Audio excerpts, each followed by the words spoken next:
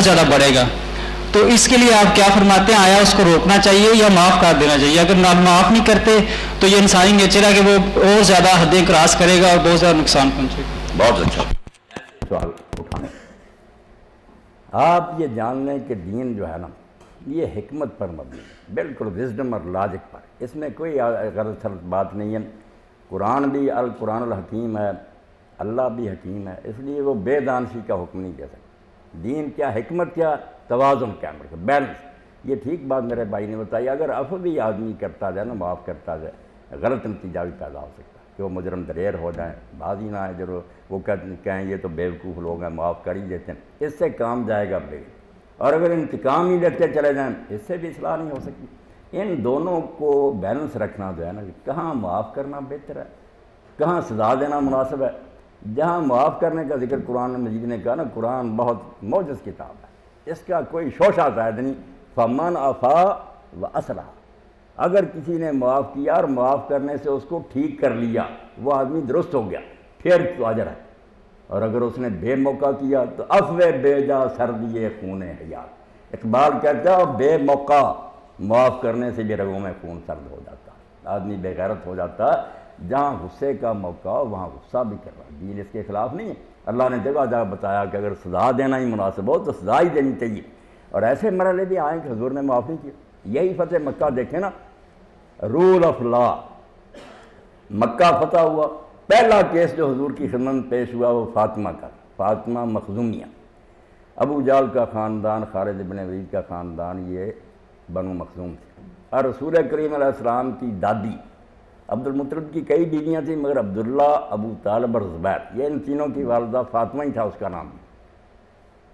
وہ ان کی بیٹی تھی، بنو مخزوم تھی، اور مکے کے سردار تھے، سب سے بڑا نمبرداروں کا خاندان یہی تھا. اب ان کی بیٹی پر چوری کا مقدمہ ثابت ہو گیا. حضور کی خدمت میں جب مقدمہ پیش ہوا تو آپ نے کہا ہاتھ کاٹو.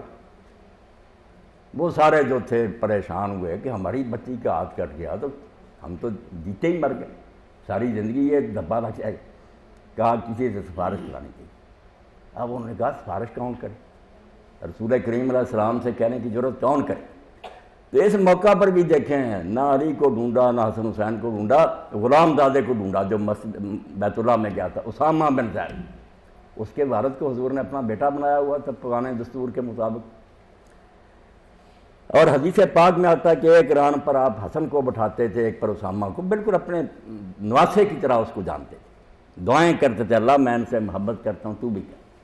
اسامہ سے نوجوان، ان سے لوگوں نے کہا کہ آپ حضور سے کہیں کہ جو تاوان چاہتے ہیں نا لگا دیں، ہم رقم ادا کریں، ہاتھ نہ کہیں.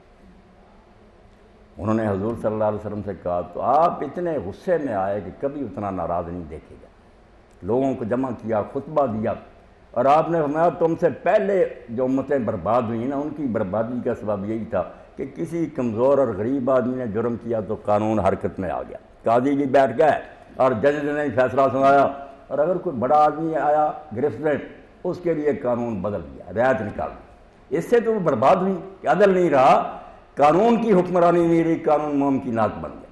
اور اس وقت ایک ایسا جملہ فرمایا، یہ معاف کرنے کا موقع نہیں تھا، حد اللہ کا معاملہ تھا، یہ آپ کا کوئی ذاتی کیس تو نہیں تھا، اللہ کا قانون تھا، اس کا کیس تھا.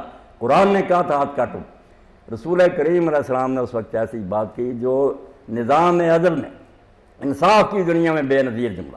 آپ نے فرمایا اگر آج فاطمہ بنت محمد نے چوری کی ہوتی میں اس کا ہاتھ بھی کاٹ دیتا. تو میں اس فاطمہ کے لیے پھر میری بیٹی نے جو جنت کی عورتوں کی سردار وہ بھی چور ہوتی، ہاتھ اس کا بھی کر دیتا. تو ٹھیک ہے بات میرے بھائی، دین ہے حکمت بندی. جو حکم بھی آپ دیکھیں گے نا، غصے کے وقت غصے کا بھی حکم دیتا، معاف کرنا اگر مناسب سمجھا جائے اس کا بھی حکم دیتا. ایسی بات کبھی نہیں دین میں آپ پائیں گے جس میں جھول پائی جائے کہ ایک ہی طرف لوگ گیا. توازن ہے، نہ افراط ہے نہ تفرید ہے، درمیان.